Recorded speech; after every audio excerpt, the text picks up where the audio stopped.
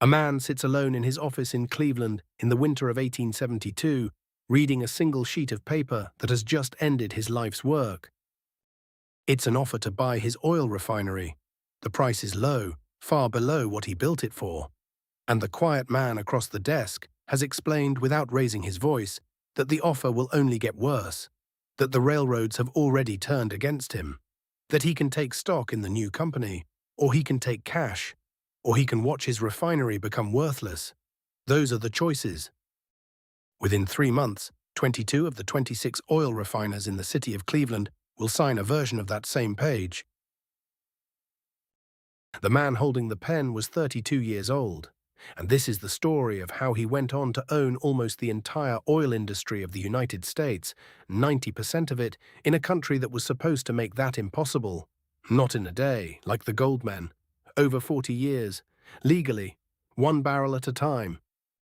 His name was John D. Rockefeller, and to understand him, you have to drop one thing you assume about how empires like his get built. He was not a wildcatter. He never struck it rich in an oil field. He didn't shout, didn't gamble, didn't drink. He was a bookkeeper by training, a devout, silent, almost frighteningly patient man who kept his own accounts to the penny and prayed on Sundays. He found the oil business loud, chaotic, and wasteful, and he decided very early that he was going to make it his. So here is the question this whole story is really about, and I want you to hold it the entire way through. How do you come to own 90% of an entire American industry, quietly, without ever inventing a better product, without out-drilling anyone, and without, at the start, breaking a single law that existed when you began? The answer is not oil. That's the trick of it. Almost no one was looking in the right place. Rockefeller was. In 1870, he took his refineries and incorporated them into one company in Ohio, with a deliberately plain and reassuring name. He called it Standard Oil. Everyone else in the oil rush was fighting over the same two things, where to drill and how to refine. Rockefeller looked past both, at the one thing every last barrel had to touch no matter who owned it. The railroad. Oil was worthless in the ground. It only became money when it moved, from the wells to the refineries to the cities, and all of it moved by rail. Whoever controlled the movement of oil controlled the oil, and the railroads, it turned out, were desperate for one thing Rockefeller could give them: steady, enormous, predictable volume. So he made them a deal in secret. Standard Oil would guarantee the railroads a flood of freight every day like clockwork. In return, the railroads would charge Standard a lower rate than they charged anyone else, a rebate. That alone would have been fatal to his rivals, but the contracts went further, into something that, when the public finally saw it, they refused to believe was real. It was called a drawback. Under it, when a competitor shipped his own oil on that railroad, the railroad took part of what that competitor paid and handed it to Standard Oil. Read that again. Every barrel a rival shipped, he paid a fee to the company trying to destroy him. His own sales funded his executioner. The paper that arranged it was a scheme called the South Improvement Company, and when its contracts leaked in 1872, the outrage was so total that the charter was killed within months. But it didn't matter. The threat alone had already done the work. That was the winter the refiners of Cleveland signed. Rockefeller had shown them the arithmetic, and the arithmetic was not a fight anyone could win. Now here is the part that should unsettle you, because a lower price is not, by itself, a monopoly. Rockefeller's real edge was that he could see. Standard Oil built something no competitor had: information. Through clerks in the railroad freight offices, through its own agents in every oil town, Standard quietly tracked the shipments of its rivals. How many barrels an independent refiner sent last week, where they went, who bought them. He knew his competitors' businesses, sometimes better than they knew them themselves.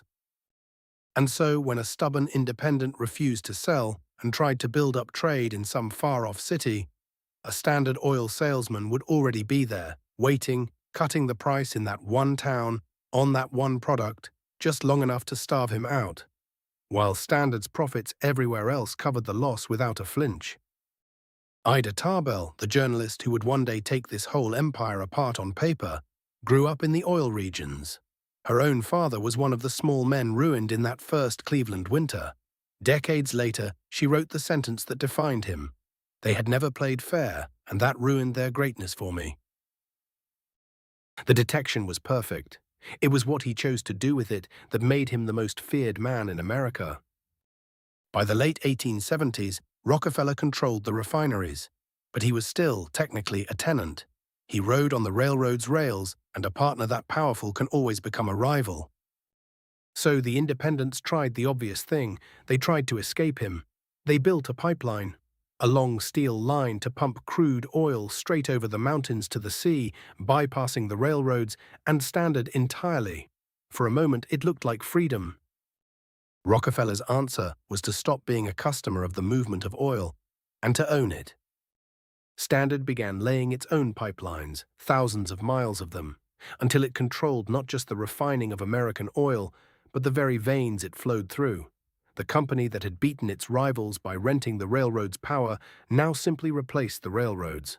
The choke point that had made him, he bought outright and closed his hand around it. By around 1880, less than 10 years after that first Cleveland offer, Standard Oil refined roughly 90% of the oil in the United States. The question from the beginning was how you take an entire industry. Here is where he had, in fact, taken it. But he had a new problem, and it was the law. Because what Rockefeller had built wasn't supposed to be possible. State laws forbade one company from owning companies in other states. On paper, a machine this big could not legally exist, and Standard was drawing exactly the kind of attention that gets machines like it broken apart. The solution didn't come from an oil man. It came from a lawyer named Samuel Dodd, and it may be the most consequential piece of paper in this entire series. In 1882, Dodd drew up an agreement that took the stock of some 40 Standard-controlled companies, scattered across dozens of states, and placed all of it into the hands of 9 men, to be held, the document's own word, in trust. The companies stayed legally separate. Technically, none of them owned the others, but 9 trustees now voted all of them as one. It was a single mind wearing 40 masks. They called the arrangement a trust, and that is the reason we now call the laws written to stop it antitrust laws. Rockefeller hadn't just built a monopoly. He'd invented the legal costume that let a monopoly walk around in daylight, calling itself something else. For a while it worked perfectly, and that was the problem. Because a machine that can't be seen and can't be stopped and touches the price of light and heat in every home in the country, eventually people stop asking how it works and start asking who let this happen. The reckoning didn't come from a rival or a senator. It came from that girl from the oil regions, grown up. Ida Tarbell spent years doing the one thing Standard Oil never expected anyone to bother with. She read the paper, the old contracts, the court records, the shipping ledgers, the leaked rebate schedules, the whole trail of documents the company had assumed no one would ever assemble. Beginning in 1902, she published it, piece by piece, in McClure's magazine, 19 installments, a quiet, devastating, fully sourced autopsy of exactly how the machine was built. The public finally saw the drawbacks, the spying, the town-by-town executions in black and white, and the government at last moved. In 1911, the Supreme Court of the United States ruled that Standard Oil was an illegal monopoly and ordered it broken apart, shattered into 34 separate companies. It was meant to be the end of him. It was the single greatest windfall of his life. Because Rockefeller owned about a quarter of every one of those 34 new companies. Freed from the trust and sold on the open market, their shares soared and his fortune roughly doubled. The pieces were worth far more than the whole. Breaking the monopoly made the monopolist the richest man the modern world had ever seen. A fortune that, measured against the economy of his day, no billionaire since has ever touched. Those 34 fragments, by the way, never really died. You have bought gasoline from their descendants. We just call them Exxon now, and Mobil, and Chevron. This is rags to riches, the rise and the ruin of the world's greatest fortunes. The Match King built his empire on paper. The Erie Ring printed theirs. Jay Gould cornered the gold for a single day. And John D. Rockefeller did the thing all of them only reached for. He took an entire industry, quietly, and held it for 40 years, by owning the one road everyone else was forced to travel. So, how do you legally swallow an industry? You don't fight for the product everyone's watching. You find the choke point no one is, and you close your hand around it, and you wait. The most dangerous man in the room is almost never the loudest. He's the one keeping the books.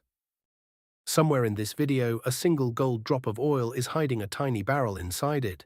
First person to drop the timestamp in the comments wins. Next time, the man who did all of this again, in a new century, with steel. Subscribe and watch an empire get built out of the thing that holds the world up.